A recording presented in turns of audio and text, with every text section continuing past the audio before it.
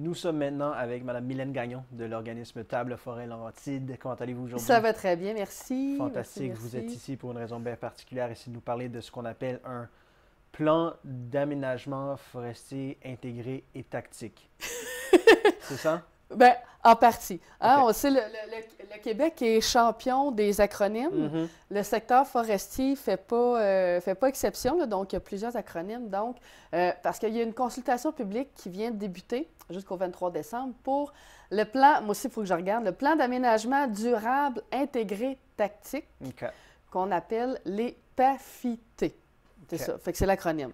Parce que, dans le fond, vite mettre la table, là, la gestion des forêts au Québec, il y a un cadre légal par la loi sur l'aménagement durable du territoire forestier. Cette loi-là se découle en plusieurs règlements et il y a une stratégie d'aménagement durable des forêts, ou dans la stratégie, qui est la même partout pour le Québec, là, comme la loi, bien, ça met les défis, les orientations, les objectifs d'action, mais vraiment à l'échelle de la province. Mais on le sait, la forêt n'est pas pareille partout, elle n'est pas uniforme à la grandeur du Québec, donc il faut avoir des plans d'aménagement, des plans de gestion à plus petite échelle, à une échelle plus régionale, locale. C'est là que s'en viennent les plans d'aménagement forestier intégrés tactiques, les PAFIT. Fait que là, ça, c'est pour mettre un peu la table. Dans le plan d'aménagement forestier, dans le PAFIT, ce qu'on retrouve, entre autres, c'est un peu le même principe. Là, c'est révisé aux 5 ans, le PAFIT. Puis, bien, ça met un peu en contexte le territoire forestier. On présente l'état de la ressource forestière. Tu sais, elle est comment, notre forêt, dans les Laurentides actuellement. Puis, on fixe les grands objectifs forestiers pour la région. On va établir des stratégies, puis on va faire un petit peu le suivi de ce qui a été fait dans le PAFIT précédent. Vous dites qu'il y a des objectifs qui Oui. sont fixés.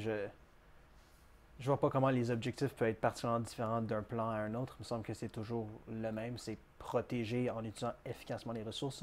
Ou est-ce Bien, que ça varie plus que je pense? Bien, ça peut varier d'une région à l'autre parce que bien, la forêt n'est pas la même, la composition de la forêt n'est pas la même.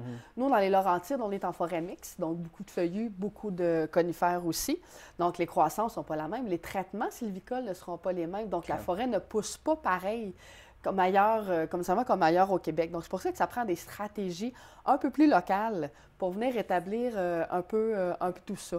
Puis bien là, c'est le temps, là, c'est ça, c'est la consultation et c'est jusqu'au 23 décembre, la consultation publique. Puis c'est vraiment le temps, s'il y a des groupes qui veulent émettre leurs opinions par rapport à ça. C'est pas pour dire où il faut couper, comment il faut couper, où seront les chantiers. On est vraiment dans la stratégie d'aménagement. Qu'est-ce qu'on va faire avec nos forêts et non pas où on va aller faire les chantiers. Fait qu'il faut juste faire la différence parce que il va y avoir une autre consultation publique au printemps où là, c'est vraiment pour les opérations. Fait que là, on va vraiment être dans les chantiers, des cartes, où est-ce qu'on va aller couper, quel traitement est précis qu'on va faire. Là, on est vraiment dans le stratégique, les grands objectifs, les grands enjeux, les valeurs qu'on veut se donner pour la région, les objectifs, les indicateurs, les cibles, un peu tout ça.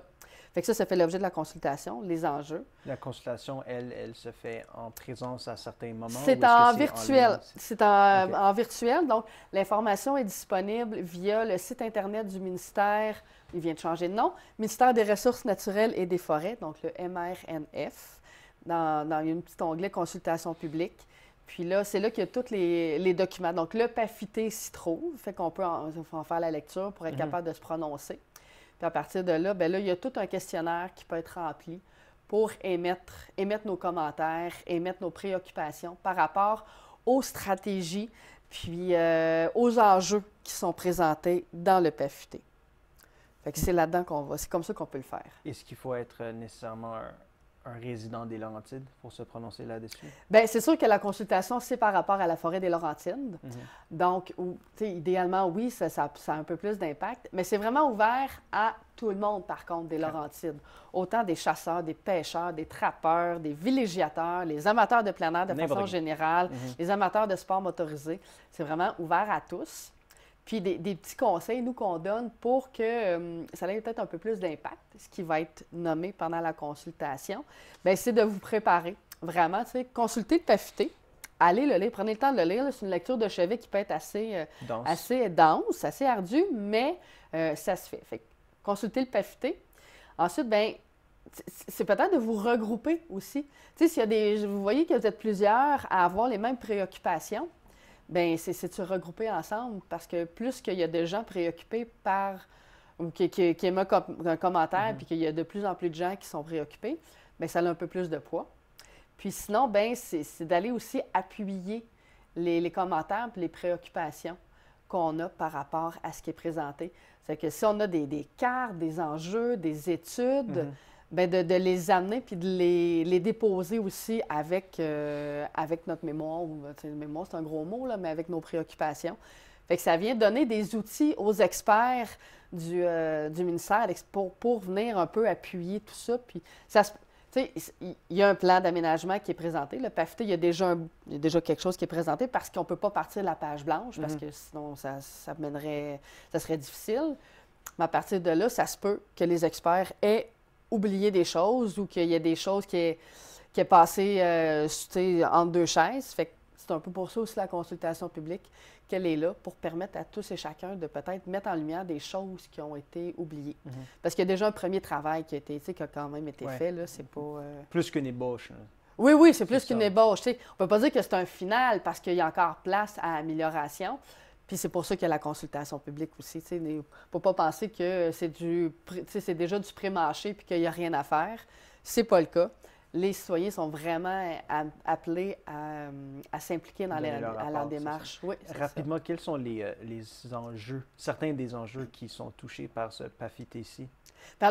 Honnêtement, là, j'ai pas eu le temps de tout le lire encore parce que c'est un gros document quand même. Là. Il y a des synthèses qui existent. Mais c'est sûr qu'on va parler beaucoup de la possibilité forestière, donc la possibilité de récolte. Qu'est-ce qu'on peut récolter, jusqu'où on peut récolter?